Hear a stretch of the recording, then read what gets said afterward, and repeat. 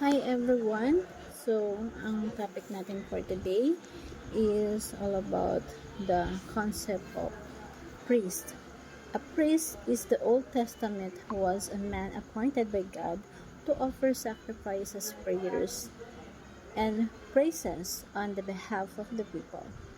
He acted as a mediator between the holy God and a sinful humanity. The rule pointed forward to Jesus Christ is the ultimate and final high priest who offered himself as the perfect sacrifice once and for all.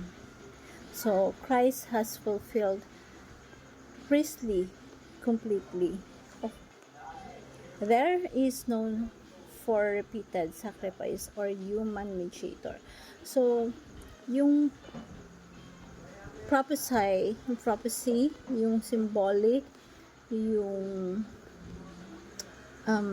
yun yung natupad ng ating Panginoong Hesukristo, yung temple sa New Testament. So, ang teaching natin for today, ang verse pa pala natin is Hebrew 4, verse 14 to 16. Sabi dito sa verse natin is, check natin sabi sa Hebrew 4:14, therefore, since we have a great high priest who has according into heaven, Jesus is the Son of God, let us hold firmly to the faith we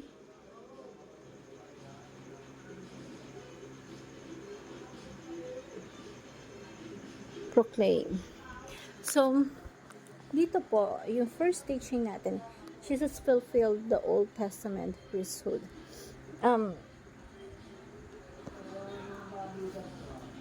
Yung ating Panginoon, tinupad niya lahat ng yung sa symbolism, yung temple, tinupad niya yun sa New Testament.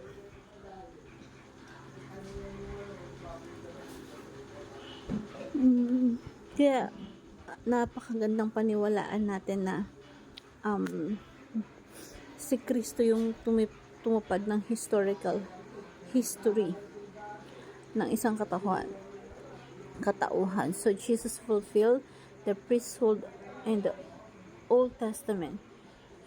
Siya yung naglapit sa Diyos at sa mundo. At siya yung humarap sa Diyos bilang handog sa pamamagitan ng kanyang dugo. So, kung si Jesus Christ, nitignan niya yung sarili niya as a priest, bilang sacrifice, at bilang temple.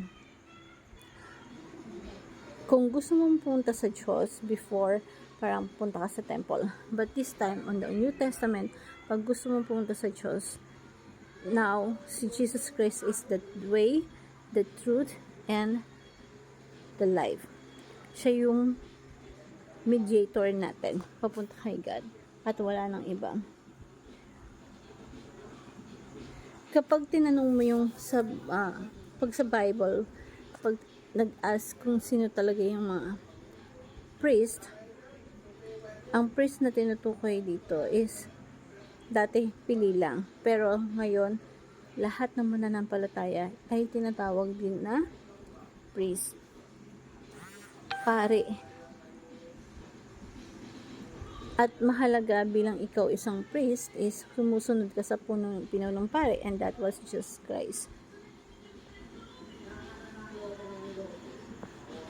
Kung titignan natin dito, itinuturo sa atin na tong verse na to na kung paano nag-alay ng buhay si Jesus Christ, ganun din tayo. Kung paano niya inalay yung kanyang pagkatao, ganun din tayo.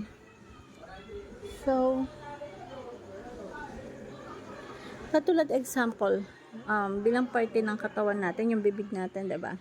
Iaalay natin siya sa Panginoon as a sacrifice na lahat ng lalabas doon sa bibig natin ay nagbibigay ng glory to God. Na hindi ito gagamitin sa pagchismis, sa kasalanan, sa paninirang puri, sa kasamaan.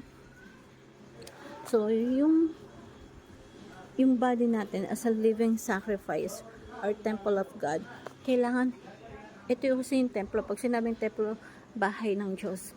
So, ang sarap isipin na kapag ang bahay ng Diyos is malinis tignan. So, kapag tayo, yung katawan natin as a temple of God, kailangan panatilihin nating malinis sa harapan ng Diyos.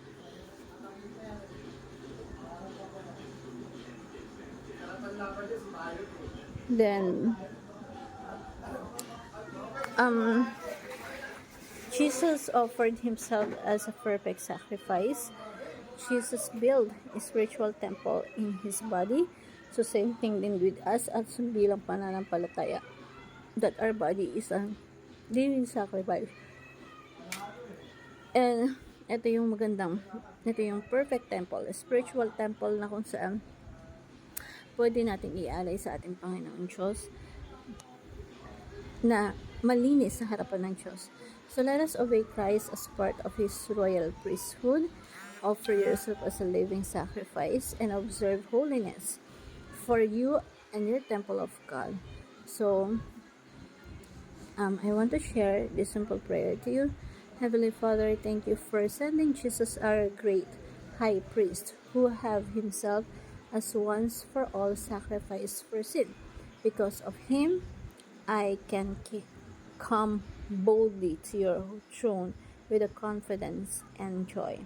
Teach me to live as part of your royal priesthood, offering you my praise, my prayer, and my daily obedience. Help me to intercede for the others with compassion and boldness. Let my life reflect the beauty of your grace and holiness of your presence. I worship you may God through the perfect work of Christ. In the name of Jesus, amen. Thank you everyone and God bless.